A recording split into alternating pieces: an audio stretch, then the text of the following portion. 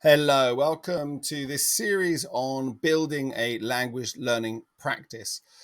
This quick video is going to be about the features of a good practice. Okay, as you can see, 4 elements are going to be: it's motivation neutral, it's instant on, there are no excuses, but you can have parameters, and that's what we're going to talk about quickly. So, while motivation is critical to language learning, and it's still best to plan a practice where you're going to have days where you're not motivated, maybe many days. Okay, this is when you need to rely on your practice.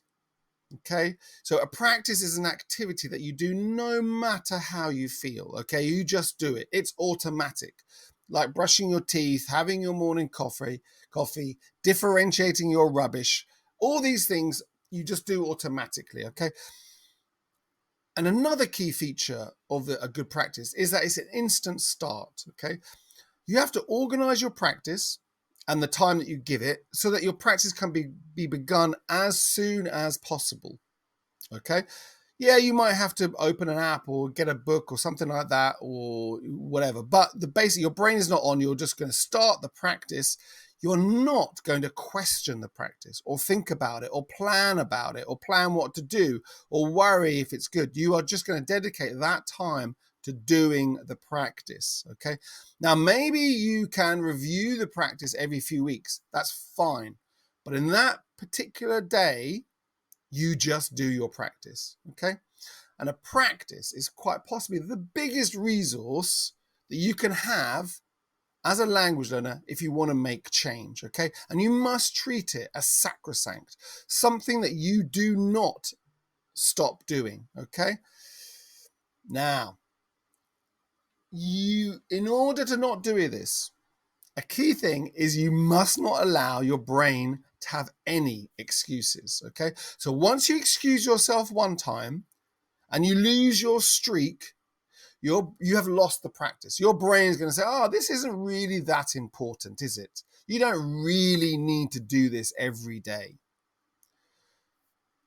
What you can do, though, before you or when you set up the practice, is allow yourself parameters before you agree what your practice is going to be.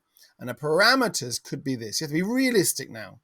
For example, you could say, I only do it on days where I'm working, for example, or I don't do it at the weekends, or I don't do it on family holidays, or you can have more of these. Or if I'm genuinely sick, I don't do my practice. Okay, and your brain will know when you're genuinely sick or lying to yourself. Okay, another thing is that, well, on there are some, if the day is genuinely crazy, okay, so you're traveling all day, maybe with your family, or you've got a specific conference you're working on and you're always busy and you never sit down for 10 minutes.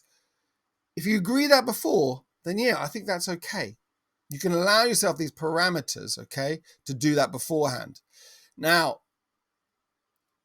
to really get value from this practice, when you agree this practice, mark the day you started and feel pride in how long this practice is still going. If it's 3 months, 4 months, just see that day. And you know that in that last 3, 4, 6 months, 2 years, you have always done your practice on a valid day. Okay, that's great. I'll see you in the next video on how to build a good language learning practice.